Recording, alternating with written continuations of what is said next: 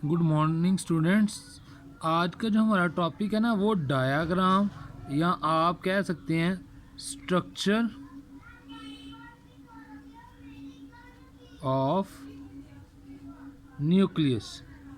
तो स्टूडेंट्स ये ऑर्गेनेली है न्यूक्लियस, ठीक है, आपको पता है। इसको हम कंट्रोल सेंटर ऑफ सेल भी कहते हैं।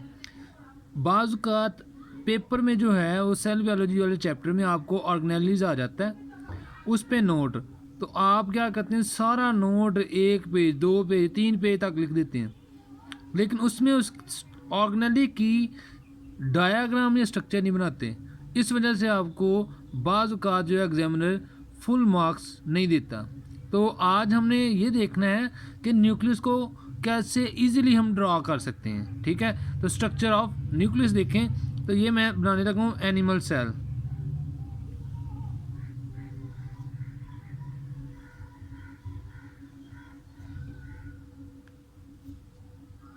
तो आपने इस तरह एनिमल सेल एक बना लेना, ठीक है। एनिमल सेल, ये एनिमल सेल की क्या होगी, ये एनिमल सेल की होगी सेल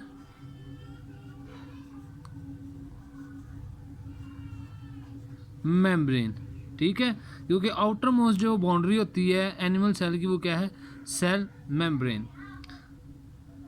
एनिमल के सेल में आपको स्टूडेंट्स पता है कि एनिमल्स के सेल के अंदर क्या होता है कि सेंटर के अंदर क्या होता है, उसका न्यूक्लियस होता है सेंटर में, ठीक है। और जो न्यूक्लियस है ये आपने याद रखना है, न्यूक्लियस जो है ये क्या है, ये डबल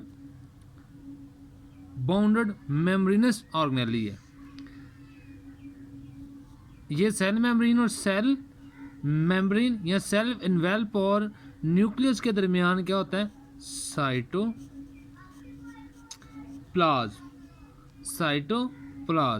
ठीक है। उर्दू में भी मैं लिख देता हूँ साइटोप्लाज्म, ठीक है। तो न्यूक्लियस क्या है, डबल मेम्ब्रेनस है। तो ये उसको हम क्या बोलेंगे, न्यूक्लियर एनवेल्प, न्यूक्लियर मेम्ब्रेन भी आप बोल सकते हैं, ठीक है। तो न्यूक्लियर मेम्ब्रेन जो है, न्यूक्लियर एनवेल्प जो है ये क्या होती है, ये डबल मेम्ब्रेनस है और इसके दरमियान क्या है, पोर्स होते हैं, ठीक है, पोर्स। तो इन पोर्स को हम क्या बोलेंगे, क्योंकि ये न्यूक्लियस में है तो उसको हम क्या बोलेंगे, न्यूक्लियर पोर्स, ठीक है, सुराख है, न्यूक्लियर पोर्स। स्टूडेंट्स ये बात समझ आ गई।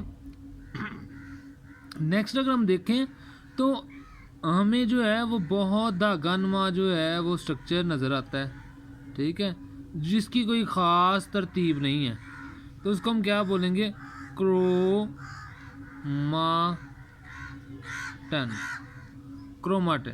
ठीक है, क्रोमाटन।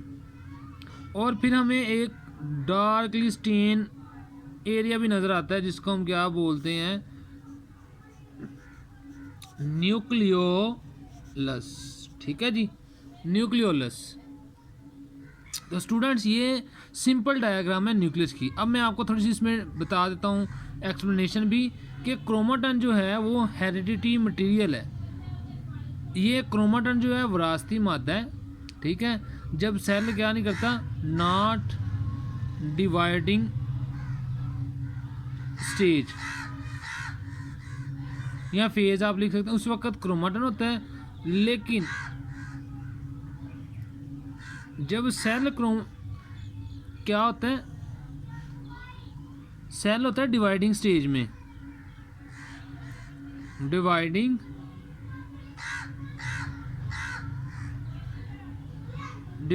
फेज में या स्टेज आप लिख सकते हैं, ठीक है। तो उस वक्त आपका जो क्रोमाटन मटेरियल है, आपका जो हेरिडिटी मटेरियल है, जो विरासती मादा है, वो क्या होगा, वो होगा क्रोमोसोम की शेप में, ठीक होगा स्टूडेंट्स। तो बच्चों जो न्यूक्लियोलस है आपने याद रखना, ये कहाँ पाया जाता है, न्यूक्लियस के अंदर, न्यूक्लियस के अंदर। तो न्यूक्लियस के अंदर न्यूक्लियोलस पाया जाता है। तो ये नेक्ड ऑर्गेनेली है, नेक्ड, इसके गिर्द कोई मेम्ब्रेन नहीं होती, नेक्ड ऑर्गेनेली है, ठीक है, ऑर्गेनेली है। और ये आपने इसमें याद आपने बात रखनी है कि ये क्या करता है, ये राइबोसोम्स की सिंथेसाइज करता है, राइबोसोम्स की ये क्या करते हैं, सिंथेसाइज करता है, ये राइबोसोम्स बनाता है। ठीक हो गया। न्यूक्लियस जो है ये क्या करता है, न्यूक्लियोलस जो है ये क्या करता है, राइबोसोम्स जो होते हैं ना ये उसको क्या करता है, बनाता है।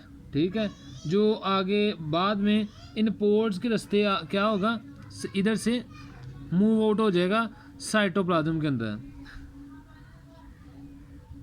राइबोसोम सिंथेसिस कौन करता है, न्यूक्लियोलस। ठीक है, और यहीं यहाँ पे ही आपको पता है कि एक जो नेटवर्क होगा जिसको आप क्या बोल सकते हैं, जिसको आप एंडोप्लाज्मिक रेटिकुलम का जाल कह सकते हैं। ठीक है, एंडोप्लाज्मिक रेटिकुलम।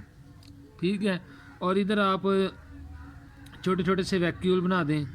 ठीक है, तो इतनी सी डायग्राम से आपका जो एक्सप्रेशन है वो बहुत अच्छा जो है वो हो जाएगा। ठीक है, तो स्टूडेंट्स आई होप ये आपको डायग्राम बनानी आ गई होगी। तो मैं दोबारा लेबल नहीं करूँगा, दोबारा एक दफ़ा इसका स्केच बना देता हूँ। ये देखें, एनिमल सेल्स जो है ये आप क्या करें, आप सिंपल सर्कल लगाएं। ठीक है, क्योंकि एनिमल सेल जो है राउंडेड होता है। ठीक है, और उसके सेंटर में क्या बनाएं, न्यूक्लियोलस बना दें। ये है न्यूक्लियोलस, हाँ सॉरी न्यूक्लियस। ठीक है, ये सारा है न्यूक्लियस है। ये आप उसको बाद में लेबल कर दें कि उसमें पोर्ट्स हैं, उसमें ये है, उसमें ये है। ठीक है, ये इस तरह आप लेबल करके आप इसका स्ट्रक्चर बनाएं। तो स्टूडेंट्स आई होप कि आपको इसके बारे में कुछ ना कुछ पता चला हो। अल्लाह ताला आपका हामी नासिर हो।